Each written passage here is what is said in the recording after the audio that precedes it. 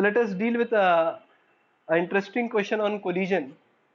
The collision question is asking, a collision experiment is done on a horizontal table kept in an elevator.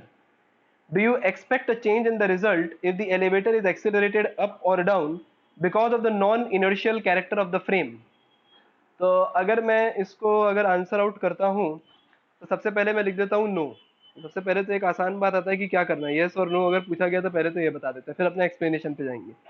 So the collision experiment is performed on a horizontal table kept in an elevator.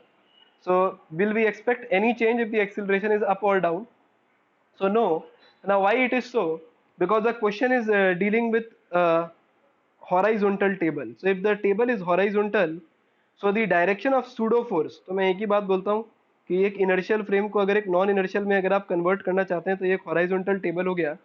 मान लेते हैं कि इसका कोई velocity v1 है, इसका कोई velocity v2 है, ये दोनों collision undergo करेगा and we want to understand their collision. तो अगर ऐसा अगर कोई बात है तो मैं सिंपल सा एक बात बोलता हूँ कि जो इसका वेट नीचे की तरफ लग रहा है mg और इसका जो वेट नीचे की तरफ लग रहा है mg, so I am calling it as mbg and this one is mag. So apart from this, a pseudo force will also act in this direction, MAA, MBA, provided the elevator was moving in the upward direction with an acceleration A. तो ये acceleration के वजह से जो दो pseudo force आ गए, that is nowhere contributing to any force in the horizontal direction. So in the horizontal direction कोई नया force नहीं आया है. So we can still conserve momentum in the horizontal direction or along x-axis direction. The momentum is still conserved and nothing is going to change for the collision which is taking place inside an elevator which is moving up or going down.